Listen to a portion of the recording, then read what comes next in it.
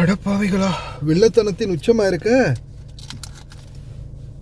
அஸ்ஸலாமு அலைக்கும் வரஹ்மத்துல்லாஹி வபரகாத்துஹு. அன்பார்ந்த அனைத்து உறவுகளுக்கும் இனிய இரவு வணக்கம். விசேட செய்தி ஒன்று தற்போது கிடைக்கப்பெற்றுள்ளது.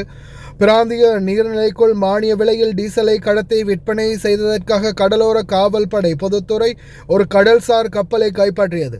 நாட்டின் பாதுகாப்பை பாதுகாப்பதற்கும் அதன் வளங்களை பாதுகாப்பதற்கும் உள்துறை அமைச்சகம் மேற்கொண்டு வரும் தொடர்ச்சியான பாதுகாப்பு முயற்சிகளின் ஒரு பகுதியாக குவைத் மாநிலத்தின் கடல் எல்லைக்குள்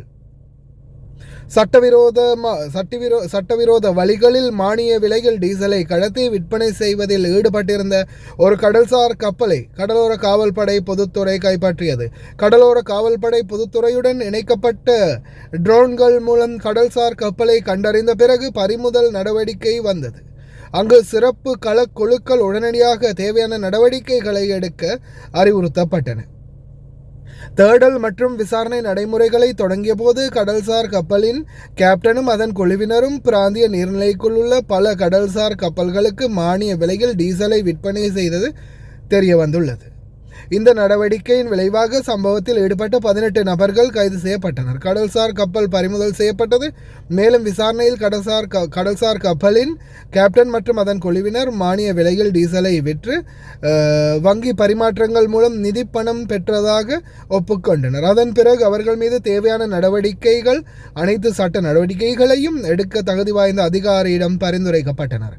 கடல்சார் பாதுகாப்பு மேற்பார்வையை கடுமையாக்குவதில் உள்துறை அமைச்சகம் தொடர்ந்து உறுதியாக உள்ளது. மேலும் சட்டத்திற்கு முரணான வழிகளில் வழங்கப்படும் மானியங்களை மீறுவதையோ அல்லது சுரண்டுவதையோ பொறுத்து கொள்ளாது. நாட்டின் பாதுகாப்பில் தலையிட துணிந்தவர்களுக்கு எதிராக பாதுகாப்பு பணியாளர்கள் விழிப்புடன் இருப்பார்கள் என்பதையும் வலியுறுத்துகிறது.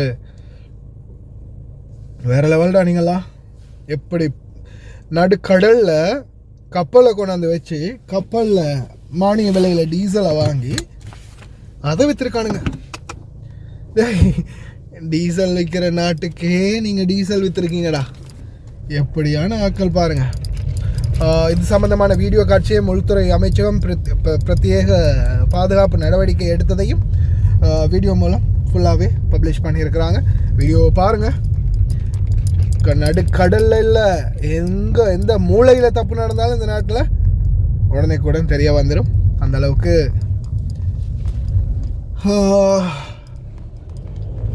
வளர்ந்துருக்குது நவீனம். ரொம்ப கவனம்.